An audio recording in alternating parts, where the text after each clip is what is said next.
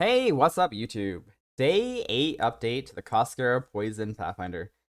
Now, I went kind of crazy yesterday and I was testing out a ton of different gems to see what the best setup would look like.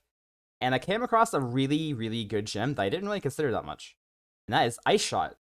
I hate to do this to you guys, but it feels really, really good. And the cone is super satisfying. It seems like it chunks even on Manaforged without really any damage links. And I fell in love with it as soon as I started using it. I'll show you guys some footage of it. It just feels really good. It's satisfying. It's nice. I tested some other gems as well, and I dropped the Scourge Arrow for the Ice Shot.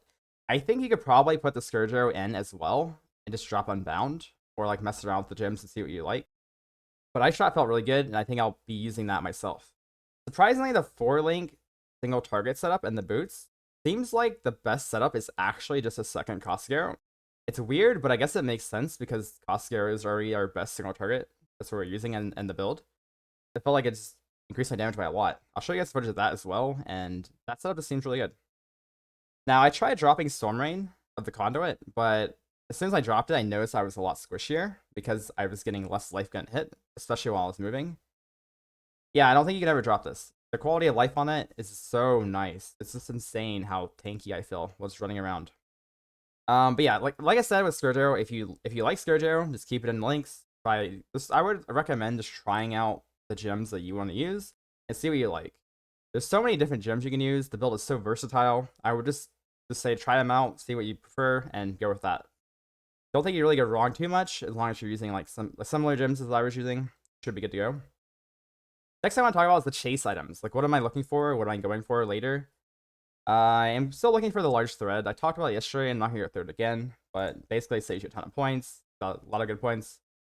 Go for that as soon as possible. It's really good. I haven't really been talking about Nemesis that much, but this will probably just double our DPS, and it'll probably be kind of insane for clear. In the end, you're probably going to be running all projectile skills, like Scourge Arrow, Ice Shot, Lightning Arrow, Caustic Arrow. All of these are going to work with Nemesis, so this should be really, really nice. Definitely looking forward to trying that out. I mentioned this in a previous video, but my defensive setup, if I ever do Ubers, will be Transcendence plus Eternal Damnation. This is similar to what Kunagi did last league, and it should be really unkillable, basically. Though while mapping, I'm already unkillable, so I haven't really bothered switching to it. I'm not sure how I'll feel with dots yet, so we'll have to see. If I decide to Ubers, that's what I'm going to be doing. This will probably be the last update video for a while, unless something else changes that's major. I'm going to still try to min-max the character a bit more, and I'll update you guys if any major changes. Like if I change my gyms again or something. Don't expect like a video every day anymore. Maybe like every 2 days or something if I'm deciding to update it. And I'll probably min-max this character for like another week or two. We'll see how it goes, and then I'll make a new character. Before I let you guys go, though, I want to talk about the softcore tips. So I'm playing hardcore, and I'm building my character around hardcore.